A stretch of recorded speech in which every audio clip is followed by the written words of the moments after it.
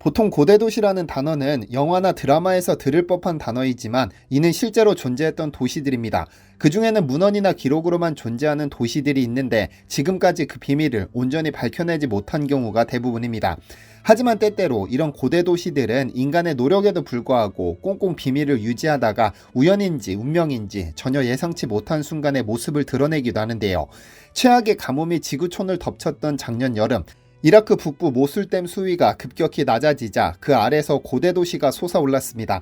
이는 기원전 1350년쯤, 그러니까 약 3400년 전 존재했던 것으로 알려진 자키쿠 도시로 추정되는데 거대한 요새와 궁전은 물론 문자판, 벽화까지 발견됐습니다. 기원전 1550년부터 약 200년간 지금의 메소포타미아 북부 지역과 시리아 대부분을 지배했던 미탄니 왕국의 중심지였던 자키쿠는 지진 때문에 갑작스럽게 함락된 것으로 보이는데요. 이렇듯 가뭄이나 홍수와 같은 예상치 못한 자연재해 덕분에 때때로 신기한 고대 도시가 세상 밖으로 모습을 드러내기도 하는데요. 하지만 이는 비단 서양의 이야기만은 아닙니다. 한국에서도 1600년 전 고대 도시가 밤새 내린 가을비 덕분에 모습을 드러낸 적이 있습니다. 어떤 일이 있었던 것일까요? 안녕하세요, 디스멘터리입니다. 계획도시란 말 그대로 정부가 철저한 계획을 세워 건설한 신도시로 정치, 경제, 산업 입지 등 다양한 이점을 고려해 심사숙고 후 건설됩니다. 우리나라에는 분당, 일산, 창원, 과천 등의 유명한 계획도시가 있는데 가장 유명한 계획도시는 아무래도 세종시를 꼽을 수 있을 겁니다. 서울을 포함한 수도권의 과도한 인구 밀집을 분산하고 국가 균형 발전을 목표로 약 47개의 중앙 행정기관을 전부 이전해 그야말로 대한민국 행정중심 복합도시로 자리 잡았죠. 그리고 정말 흥미롭게도 오늘 소개해드릴 고대도시가 바로 이 세종시에서 발견됐습니다. 2007년 7월 20일 단군일의 가장 큰 토목공사를 시작하기에 앞서 이 지역에 대한 대대적인 발굴 작업이 선행됐습니다. 이미 1960년대 연기군 비암사에서는 국보 제106호로 지정된 계유 명전씨 아미타불 비상이 발견되기도 했고, 조선시대에는 연기군 나성리 일대를 충청도, 전라도, 경상도의 강물이 이곳에서 합류하는 곳이라는 의미로 삼기라 불렀습니다. 그래서 조선 후기에 만들어진 해동지도 등에는 이 지역을 실제 삼기라고 표기하기도 했죠. 이런 이유로 거대한 세종시를 건설하기 전 철저한 유적조사가 필수로 진행되어야 했고 2010년 사건이 발생합니다. 2010년 10월 초에는 유독 강한 가을비가 이어졌습니다. 벼수하게 정신없이 바빠야 할 농부들마저 집에서 하염없이 비가 그치기만을 기다리던 그때 부랴부랴 세종시를 찾은 인물이 있습니다. 고려대 고고미술사학과 이홍종 교수인데요. 전날 밤새 내린 가을비 때문에 유적이 물에 잠겼다는 보고를 받은 그는 서둘러 세종으로 내려왔는데 유적 현장을 보는 순간 입에서 감탄사가 터져나왔습니다. 왜냐면 그의 눈앞에 거대한 U자형 호수가 펼쳐졌기 때문입니다. 사실 이 나성리에서 도시 유적이 있다는 것은 2005년 9월에 어느 정도 확인이 됐습니다. 항공사진과 고지도 등을 통해 유적 조성 당시 옛 지형을 추정해 지하에 묻힌 유적을 파악하는 고지형 분석을 통해 이미 확인이 됐죠. 연속으로 촬영된 사진들을 3D로 재현하면 세부 지형의 높낮이를 알 수 있게 되는데 이를 통해 침식이나 퇴적으로 사라진 옛 물길이나 주거지 등을 가늠할 수 있죠. 그런데 재미있는 사실은 이러한 분석을 통해 옛 물길을 찾아내면 그곳에 유독 지진이 발생하거나 싱크홀이 발견된다는 점입니다. 아무래도 물길은 안반층이 상대적으로 얇아 지반이 약해 지진에 취약할 수밖에 없죠. 1995년 일본 고베 대지진 당시에도 사망자의 97%가 옛 물길과 습지에 몰려 있었던 것으로 확인됐습니다. 어쨌든 2005년에 발견한 백제유적 한복판에 밤새 내린 가을비 덕분에 U자형 거대한 호수가 모습을 드러낸 겁니다. 깊이 1.5m, 너비 70m에 길이 300m에 이르는 이것은 비가 내리지 않았을 때는 그저 구덩이로 여겼는데 비가 온 후 구덩이에 물이 채워지니 이는 도시 한복판에 조성한 호수공원으로 변한 겁니다. 맞습니다. 백제인들은 도시 한복판에 호수공원을 조성해 즐겼던 것인데요. 출토 양상도 이 구덩이가 경관용 호수라는 판단을 굳히게 했죠.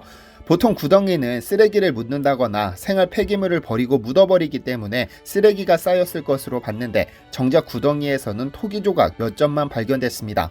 그러니까 도시의 핵심 경관이었던 만큼 현재처럼 깨끗하게 수질 관리를 했었던 것인데요. 전문가들은 나성리 유적을 백제의 지방 거점 도시, 그러니까 현재로 치자면 광역시로 추정하고 있습니다.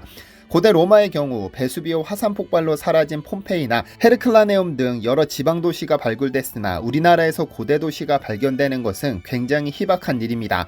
이렇게 고고학자들이 지방도시 유적에 관심을 갖는 이유는 도성, 거점도시, 농촌으로 이어지는 지배구조를 이해할 수 있고 도성 이외 지역들에 거주했던 귀족과 서민들의 생활상을 이해할 수 있기 때문인데요.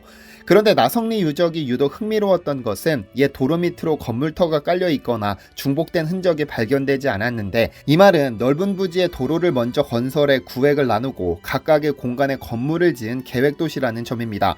먼저 도로를 건설한 후에 주택을 짓고 물품 보관을 위한 창고시설 등 기반시설을 건설한 것이죠. 도로 외에도 귀족저택, 제사공간, 광장, 고분, 중앙호수, 창고, 가마터, 빙고, 선착장 등 각종 기반시설이 한꺼번에 발견됐습니다.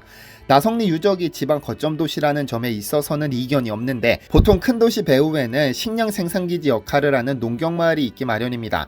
나성리는 배후에 기능별로 5개 마을과 긴밀히 연결되어 있는데, 식량 생산을 담당했던 송담리와 대평리 등 3개 마을, 물류 유통을 담당했던 석삼리 마을, 식량 저장기지였던 월산리, 황골마을 등입니다. 그런데 이 나성리에서 발굴된 유적 중 가장 눈에 띄는 것은 다름 아닌 요고라 불리는 타악기입니다. 전 세계에서 가장 오래된 실물이 나왔죠.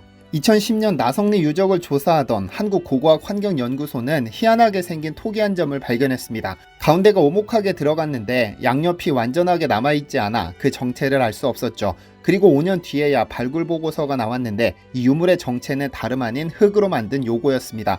요고는 장고와 비슷한 모양으로 가운데가 오목하고 양쪽에 넓은 울림통을 가진 타악기입니다. 요거는 5세기 말 고구려 고분벽화에도 등장할 만큼 한반도에 일찍 소개된 외래악기인데 인도에서 유래했습니다. 부처에게 공양하기 위해 연주하는 전통악기인데 인도, 서역, 중국을 거쳐 한반도까지 유입된 것으로 보이는데요.